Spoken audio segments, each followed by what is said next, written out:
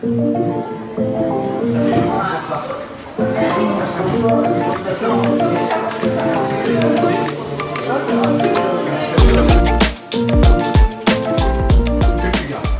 à tous, Fabrice Cassata, je suis le head coach du Boxing Squad et le fondateur. J'ai monté ce club fin 2010, début 2011. Alors aujourd'hui, on est aussi associé sur une autre salle à Nice Centre qui s'appelle Maccabi Boxing Squad. Et si on totalise les deux, il doit y avoir à peu près 600-650 licenciés. Aujourd'hui, on est ici pour un petit peu parler de Kevin. Comment s'est fait cette connexion entre toi et Kevin? Alors c'est une connexion sur laquelle je dois remercier Alexandre Rabinet, qui est un des journalistes de RMC Sport.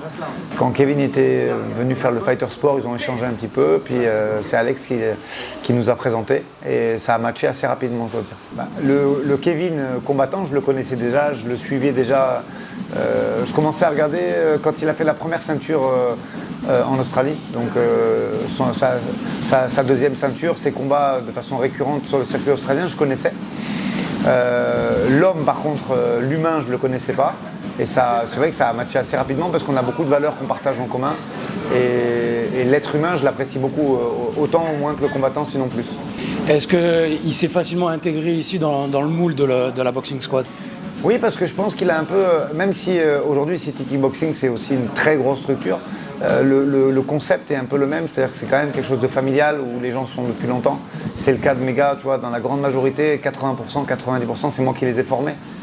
Des garçons comme Virgile Haugen, Axel Sola ou Manon Furu, ils bossent avec moi depuis 10, 12 ans, voire un petit peu moins pour Manon, mais voilà, c'est des trajectoires de longue durée. Et je pense que c'est un peu la même chose à City Kickboxing. Et qu'est-ce qui t'a sauté aux yeux dès le premier entraînement, techniquement ou en termes de personnalité? Au niveau déjà première chose, ce que tu vois pas à la télé, c'est le gabarit. Je pense que Kevin est vraiment un gros 77 et qui fait partie vraiment des bullies, comme on dit, des plus gros de sa catégorie. Donc ça déjà c'est très bien dans ce sport d'optimiser la masse musculaire et le corps. Et après, moi je savais que c'était un judoka de formation, un grappleur, mais c'est vrai que sur les combats, il avait montré beaucoup de liaisons sur ses précédents combats. Après, à l'UFC, il a fait une guerre debout lors de son deuxième combat. Mais ouais, son niveau en kickboxing, ouais, je ne pensais pas que c'était aussi solide pour un mec qui a fait une transition récente quand même, tu vois. Je pense que son niveau au kickboxing, c'est ce qui m'a le plus impressionné au départ. Qu'est-ce qu'il apporte au quotidien quand il est présent, Kevin, à la team, de par son expérience? Tu l'as dit, il fait partie de City Kickboxing, qui est quand même une salle reconnue dans le monde. Qu'est-ce qu'il apporte ici? Il apporte énormément dans la mesure où déjà c'est un fighter UFC, donc c'est pour des jeunes, parce que malgré tout, je te parlais de Virgile, d'Axel, ils ont 26, 27 ans, il y a encore des plus jeunes, comme Nikita Leshov et comme ceux qui sont sur le circuit FMMAF. Déjà, tu as une référence qui est à l'UFC, qui gagne à l'UFC, parce que Yed, c'est facile, mais qui performe à l'UFC. Donc ça, déjà, c'est très bien. Et en plus, il amène de la bonne humeur, de la rigueur dans son entraînement. Donc c'est une plus-value à 2000%. Tu disais, pour des jeunes comme Axel, comme Virgile, qui sont plus ou moins aux portes de l'UFC, ils échangent beaucoup avec Kevin aux entraînements, que ce soit verbalement ou en sparring? Ouais, il y a de l'échange technique, il y a de l'échange situationnel, et pourquoi ci et pourquoi ça. Moi, c'est un club vraiment très axé là-dessus, le Boxing Squad, ça échange beaucoup.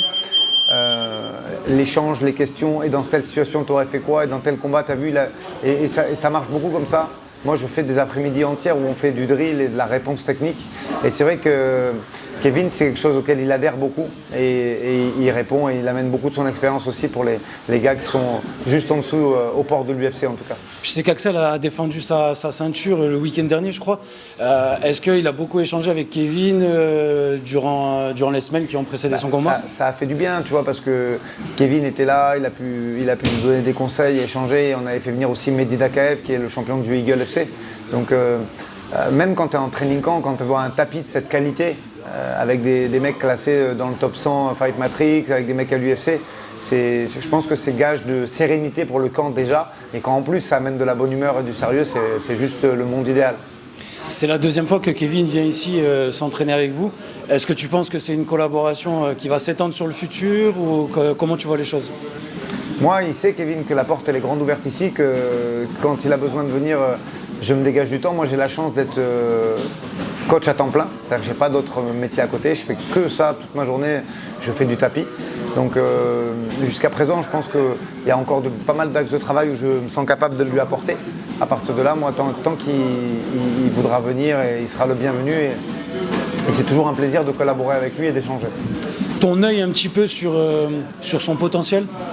Justement, fighter UFC et performer à l'UFC, c'est un fait. Et enfin, le plus important dans ce milieu, c'est pas ça, c'est la marge de progression. Alors si déjà tu gagnes comme ça, c'est très bien. Mais ce qui est impressionnant chez Kevin, c'est moi je trouve déjà, pourtant il ne s'est pas passé beaucoup de temps, il était là au mois de janvier, là on est mi-juin. Et je trouve que déjà en 6 mois, il y a une palette technique qui s'est développée, des progrès qui ont été faits. Donc voilà, le plus important et le plus impressionnant, j'ai envie de dire, c'est que sur tous les axes, que ce soit en striking, en préhension ou sur le travail de contrôle et de sol, il a une marge de progression très importante qui peut l'amener bien sûr très très loin. Selon toi, quelles sont ses forces? Est-ce qu'elles sont mentales ou plutôt techniques? Pour l'instant, à l'entraînement, je vois qu'il a tout. Mais sur un combattant, on doit plutôt parler de ce qu'on voit en combat. Et force est de constater que pour le moment, il a eu des moments un petit peu difficiles dans sa carrière. Il a su faire face à l'adversité. Il a montré qu'il pouvait faire 15 minutes debout contre un solide striker coréen.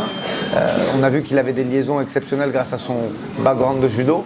Donc je pense qu'aujourd'hui, au niveau des aptitudes de fight IQ, il est très très complet.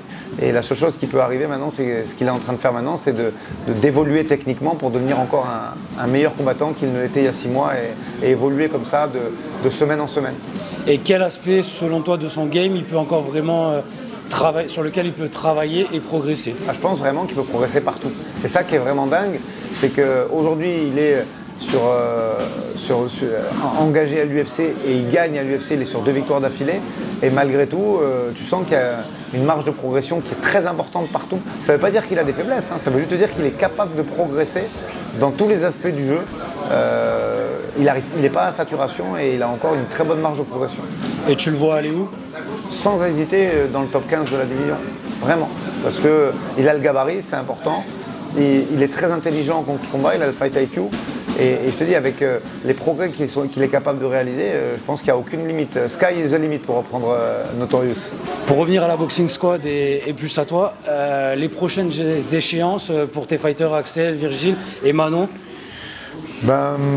Pour le moment, on sait aujourd'hui que 90-95% des fighters ils signent à l'UFC en short notice, sur des short notice plus ou moins courts, mais on a la chance que Virgile et Axel sont sous contrat avec Ares, et qu'il y a un Ares le 27 septembre et il y a un UFC Paris le 28 septembre. Donc pour le moment, on va juste prendre ce point-là en repère. On va faire en sorte qu'ils soient prêts, que leurs documents médicaux soient à jour. Et on verra un petit peu ce qui se passe dans les jours et semaines à venir. Au moment où on tourne cette vidéo, je sais que l'UFC est en train de travailler sur août en termes de matchmaking. Donc ils n'ont ni attaqué. Moi, les 2 cartes principales qui m'intéressent pour mes gars, c'est le 14 septembre à la Sphère. Je vais expliquer pourquoi tout de suite. Et le 28 septembre à Paris, évidemment. Donc concernant la Sphère, on sait que Valentina Shevchenko doit faire la ceinture là-bas parce qu'ils ont eu match nul au dernier combat. Donc on sait que Valentina doit combattre à cet événement et surtout on sait qu'elle ne veut pas combattre à cet événement parce qu'il est d'influence mexicaine, c'est la noche. Donc voilà, il y a aujourd'hui une très forte probabilité pour qu'on puisse avoir le backup pour Manon. Donc ça, je pense que ça va se négocier dans les 2 semaines qui vont venir présentement. Et puis concernant l'UFC Paris, je pense qu'il faut être calme. Cette année, c'est pas début septembre, c'est fin septembre. Donc en toute logique, je pense qu'ils vont attaquer le match-up à partir de mi-juillet. Donc voilà, mais il faut rester tête sur les épaules. Si ce n'est pas maintenant, ce sera au cours de l'année.